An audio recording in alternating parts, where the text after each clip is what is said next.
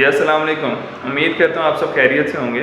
आज का जो वाक़या है उसके बारे में मैंने एक ब्लॉग भी लिखा था और वो पब्लिश किया है, उसका लिंक आपको डिस्क्रिप्शन में मिल जाएगा। 2015 में मैं लाहौर में हॉस्टल में था, तो एक लड़का आया किसी और प्रोविंस से। वो लाहौर में पहले कभी भी नहीं था आया और उसको रास्तों का, लाहौर के रास्तों का भी नहीं था पता, और आम रूटीन की जो अशिया मिलती हैं, चीज़ें मार्केट से, उसको मार्केट्स का भी नहीं था पता कहाँ से मिलती हैं लाहौर में। लेकिन उसको एक आदत थी, वो चर्स पीता था या हशीश, जो भी आप कह लें।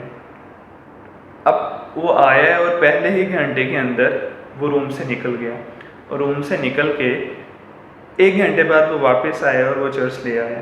अब चूंकि उसके अंदर वो भूख, तलब और हंगर थी उसको पाने के लिए चर्च को, तो वो उस नामालूम जगह पे भी जाके उसको वो चीज़ मिल गई। लाहौर के अंदर कुछ लोग आई थिंक पूरी पूरी ज़िंदगी से रह रहे हैं, उनको नहीं पता चर्च कहाँ से मिलती है, लेकिन चूंकि उसके अंदर एक तलब थी, उमंग थी उस चीज़ को पाने के लिए, तो वो चीज़ पा गया।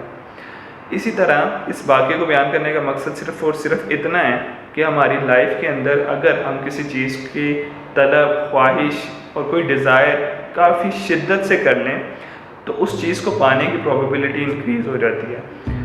आप किसी भी प्रोफेशन के अंदर हैं, अगर वो आपका पैशन है, आपको उस चीज़ की भूख है, तलब है, तो आप उसको किसी ना किसी तरीके से, कितने भी मुश्किलात ही क्यों ना हो, आप उसको पा लेते हैं। लेकिन अगर आपके अंदर वो तलब नहीं है, तो आप कितने ही आसानी में क्यों ना हो, लेकिन आप अपनी चीज़ें नहीं पा सकते।